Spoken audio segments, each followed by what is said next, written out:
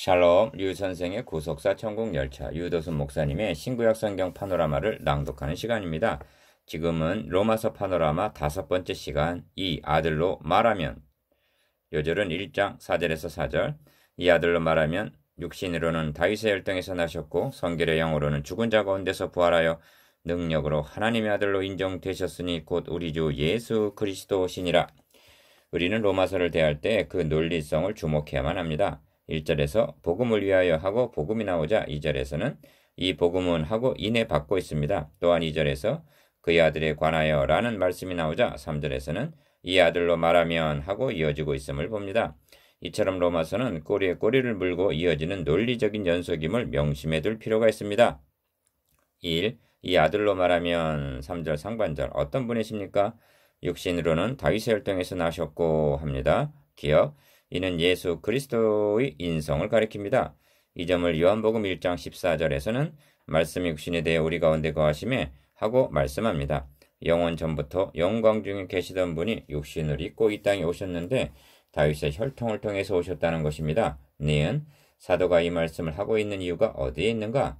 이 대목은 교리적으로 대단히 중요합니다. 왜냐하면 예수 그리스도께서 육신을 입고 오셨음을 부인하는 자들이 있었기 때문입니다.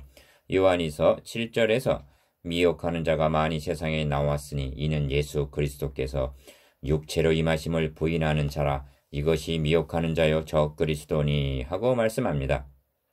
디귿 어찌하여 하나님의 아들 그리스도께서 육체를 입으시고 다윗의 혈통으로 오셔야만 했으며 이를 부인하는 것이 왜 적 그리스도인가? 8장 3절을 보십시오. 가 율법이 할 수 없는 그것을 하나님은 하시나니 어떻게 하셨는가? 나 곧 죄를 인하여 자기 아들을 죄 있는 육신의 모양으로 보내어 육신의 죄를 정하사 해 주셨다는 것입니다. 리을 그런데 예수 그리스도께서 육체로 임하심을 부인하게 되면 우리 죄를 위하여 대신 죽어 주셨다는 대속교리가 무너지게 되기 때문입니다. 달리 말씀드린다면 죄를 해결하는 데는 이 방법 외에는 다른 방법이 없었다는 것입니다. 사도는 이 점을 염두에 두고 말씀하고 있는 것입니다. 이 성결의 영으로는 합니다. 4절 상반절. 기억, 성결의 영이라 함은 3절에서 육신으로는 한 것과 대조를 이루고 있습니다. 이는 주님의 신성을 나타내는 말씀입니다. 이처럼 예수 그리스도께서는 육신과 하나님의 신성을 함께 지니신 분이셨습니다. 3. 죽은 자 가운데서 부활하여 능력으로 하나님의 아들로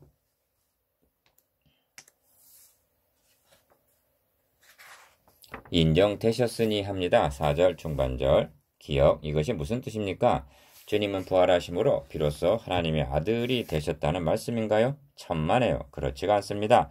주님은 영원 전부터 하나님의 아들이셨습니다. 그런데 그분께서 육신을 입으시고 나사렛 목수의 집안에 나타나셨을 때에는 이사야가 예언한 대로 그는 주 앞에서 자라나기를 연한 순 같고 마른 땅에서 나온 줄기 같아서 고운 모양도 풍채도 없은즉 우리의 보기에 흠모할 만한 아름다움이 없도다. 이사야 53장 2절. 즉 하나님의 아들이심을 몰라 보았다는 것입니다. 니은 이 점을 히브리서 2장 9절에서는 천사들보다 잠깐 동안 못하게 하심을 입은 자라고 말씀합니다. 그러나 죽은 자 가운데서 부활하심으로 과연 하나님의 아들이었도다 하고 만천하에 인정이 되셨다는 것입니다. 사도행전 17장에는 바울이 아덴에서 행한 설교가 있는데 알지 못하던 시내에는 하나님이 허물지 아니하셨거니와 이제는 어디든지 사람을 다 명하사 회개하려 하셨으니 저를 죽은 자 가운데서 다시 살리신 것으로 모든 사람에게 믿을 만한 증거를 주셨음이니라 하고 결론을 맺고 있습니다. 기억, 이것이 하나님 아들로 인정되셨으니의 뜻입니다. 그러면 주님께서 되어진 일이 우리에게 어떻게 적용이 되는가를 말씀드려야만 하겠습니다. 요한일서 3장 2절에서 사랑하는 자들아 우리가 지금 하나님의 자녀라 장래 어떻게 될 것은 아직 나타나지 아니하였으나 그가 나타나심이 되면 우리가 그와 같을 줄 아는 것은 그에 계신 그대로 볼 것을 인함이라 하고 말씀합니다. 니은 그리스도인들은 하나님의 자녀들입니다. 장래의 자녀들이 되는 것이 아니라 지금 자녀들인 것입니다. 그러나 하나님의 자녀로서의 영광은 아직 나타나지 않고 있습니다.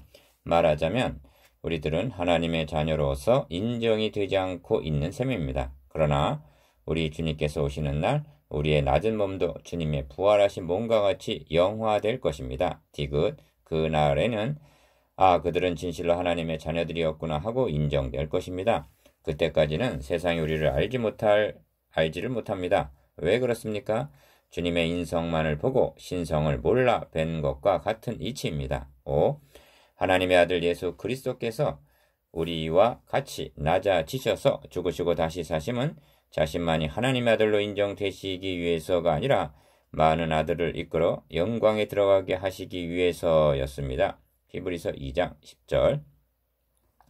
기억, 이 영광스러움을 세상은 모르고 있는 것입니다. 부활의 능력으로 하나님의 아들로 인정되셨으니 그분이 곧 우리 주 예수 그리스도시니라 하고 4절 하반절 사도는 증거합니다.